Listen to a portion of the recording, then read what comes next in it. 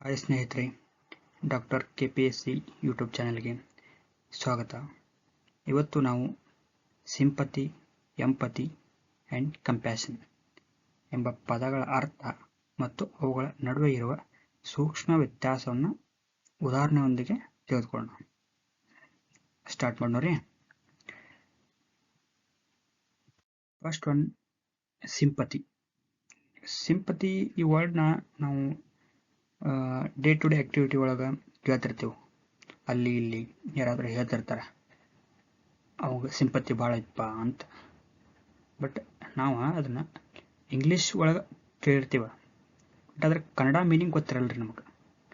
ಹಾಗಾಗಿ actually sympathy ಎಂಬ ಪದದ ಕನ್ನಡ ರೂಪ ಏನಂದ್ರೆ ಸಹಾನುಭೂತಿ.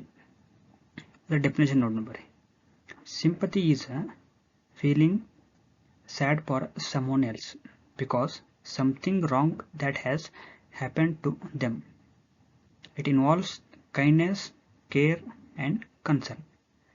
ಹಂಗಂದ್ರೆ ಏನಪ್ಪ ಅಂದ್ರೆ ಇನ್ನೊಬ್ಬರ ಯಾತನೆ ಅಥವಾ ಅಗತ್ಯವನ್ನು ಅರ್ಥೈಸಿಕೊಳ್ಳುವುದು ಅಥವಾ ನಮ್ಮ ದೃಷ್ಟಿಕೋನದಲ್ಲಿ ನೋಡುವುದು.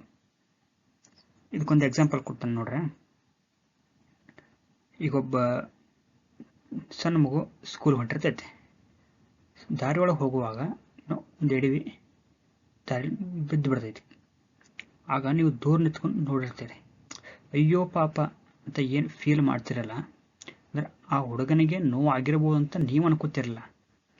ಅದಕ್ಕೇನಂತೀವಿ ಅಂದ್ರೆ ನಾವು ಸಿಂಪತಿ ಅಂತೀವಿ. ಅರ್ಥ ಆಯ್ತು ಅನ್ಕೋತೀನಿ ರೀ. ನೆಕ್ಸ್ಟ್ ವರ್ಡ್ ಹೋಗೋಣ. ಎಂಪತಿ.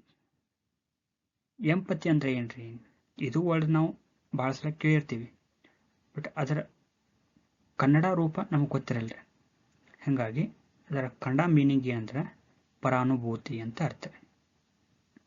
ಇದ್ರ ಡೆಫಿನೇಷನ್ ನೋಡೋದಾದ್ರೆ, empathy is the capacity to understand or feel what another person is experiencing from within the other person's framework of reference or understanding what others are feeling.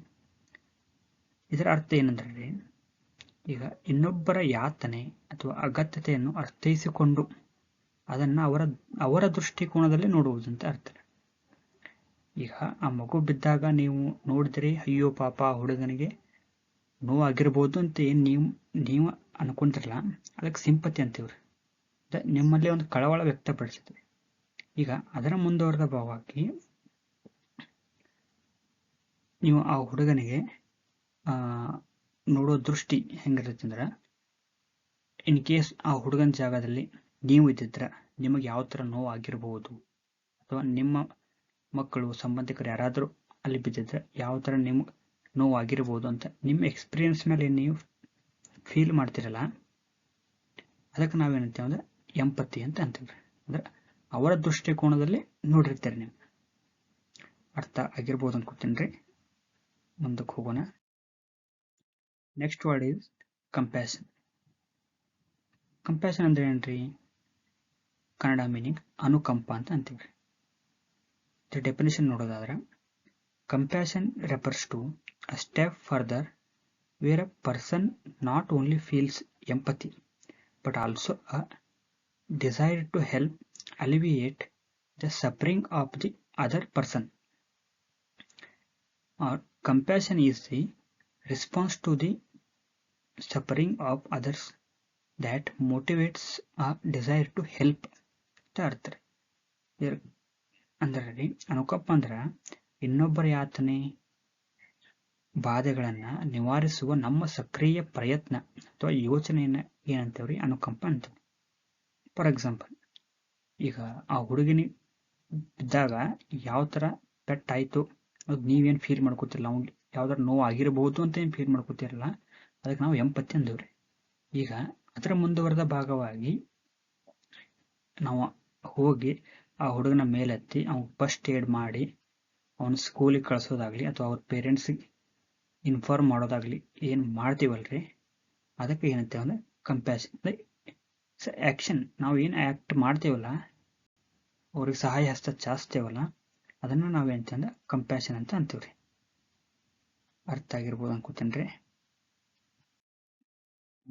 ಕನ್ಕ್ಲೂಷನ್ಗೆ ಬಂದಾಗ ಏನು ಹೇಳ್ಬೋದು, summary ಏನು ಮಾಡ್ಬೋದು ನಾವು?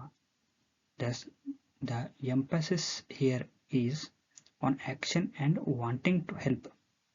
ಈ 3 ಪದಗಳ ಉದ್ದೇಶ ಇನ್ನೊಬ್ರಿಗೆ ಹೆಲ್ಪ್ ಮಾಡ್ಬೇಕನ್ನೋ ಉದ್ದೇಶ ಇರುತ್ತೆ. ಹಾಗಾಗಿ ಇವು ಥರ ಸೂಕ್ಷ್ಮ ವ್ಯತ್ಯಾಸ ಏನು ತಿಳ್ಕೊಡ್ತಾರೆ. In other words, while sympathy focuses on awareness. ಅಂದರೆ ಸಿಂಪತಿ ಏನೈತೆ ನಮಗೆ ಅರಿವಿನ ಬಗ್ಗೆ ಹೇಳ್ಕೊಡ್ತೈತ್ರಿ.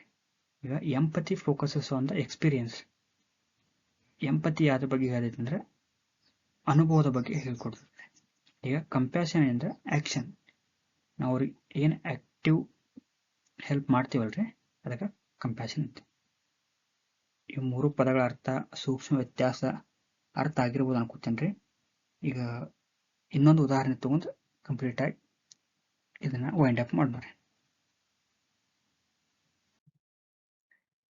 For example, consider the issue of child labor. On seeing a child waiter in a restaurant, if a person is just feeling sad, then he is sympathetic. But if he also connects himself or own children with that child or memories, any of his life experience, then he is empathetic. But when someone unleashes himself from only being a spectator and make some arrangements according to his capacity for the good, like informing NGOs, arranging education, counseling his parents, then he has a compassion. ಈ ಉದಾಹರಣೆ ಒಳಗೆ ಒಂದೇ ಉದಾಹರಣೆ ಒಳಗೆ 3 explanation ಕೊಟ್ಟಾರ ನೋಡ್ರಿ. ಈಗ ನೀವೊಬ್ಬರು ರೆಸ್ಟೋರೆಂಟ್ಗೆ ಹೋದಾಗ ಅಲ್ಲೊಬ್ಬ ಚೈಲ್ಡ್ ಲೇಬರ್ ವರ್ಕರ್ ಇರ್ತಂತೆ, ವೇಟರ್ ಇರ್ತಂತೆ. ಅವನ್ನ ನೋಡಿ ನೀವು ಅಯ್ಯೋ ಪಾಪ ಚಿಕ್ಕ ಹುಡುಗ ಎಷ್ಟು ಕಷ್ಟಪಡಕತ್ತಾನ ಅಂತ ಏನು ಅನ್ಕೋತಿರಲ್ಲ, ಅದಕ್ಕೆ ಸಿಂಪತಿ ಅಂತೀವಿ. ಈಗ ಅದ ನೀವು ಆ ಪ್ಲೇಸ್ ಒಳಗೆ, ಆ ಹುಡುಗನ ಪ್ಲೇಸ್ ಒಳಗೆ ನೀವಿದ್ದು ಅಥವಾ ನೀವು ಚಿಕ್ಕವರಿದ್ದಾಗ ಅನುಭವಿಸಿದ ನಿಮ್ಮ ಅನುಭವ ಅಥವಾ ನಿಮ್ಮ ಮಕ್ಕಳು ಯಾರಾದರೂ ನೀವು ಇಮ್ಯಾಜಿನ್ ಮಾಡ್ಕೊಂಡು ಏನು ಫೀಲ್ ಮಾಡ್ತಿರಲಿಲ್ಲ ಅದನ್ನೇನಂತೀವ್ರಿ, ಎಂಪಥೆಟಿಕ್ ಅಂತೀವಿ.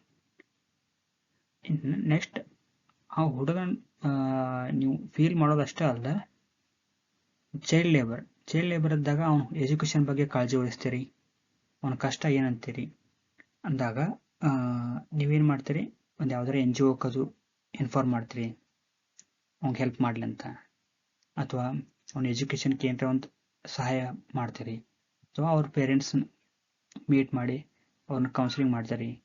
ಯಾಕೆ ಎಷ್ಟು ಚಿಕ್ಕ ಹುಡುಗದಾನ, ಯಾಕೆ ಇಷ್ಟು ಬೇಗ ಎಷ್ಟು ಕೆಲಸ ಮಾಡ್ತಾನೆ, ಅದು ಅವ್ರ ಮನೆ ಪರಿಸ್ಥಿತಿ ಏನು ತಿಳ್ಕೊತಿರಲ್ಲ, ಅದಕ್ಕೆ ಏನಂತಾರೆ ಕಂಪ್ಯಾಷನ್ ಅಂತಾರೆ.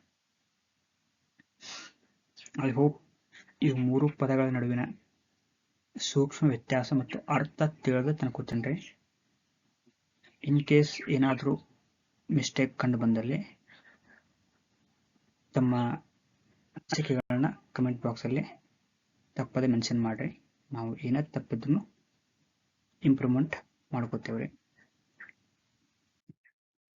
Thank you to all. ಎಲ್ಲರಿಗೂ ಥ್ಯಾಂಕ್ಸ್, ಧನ್ಯವಾದಗಳು.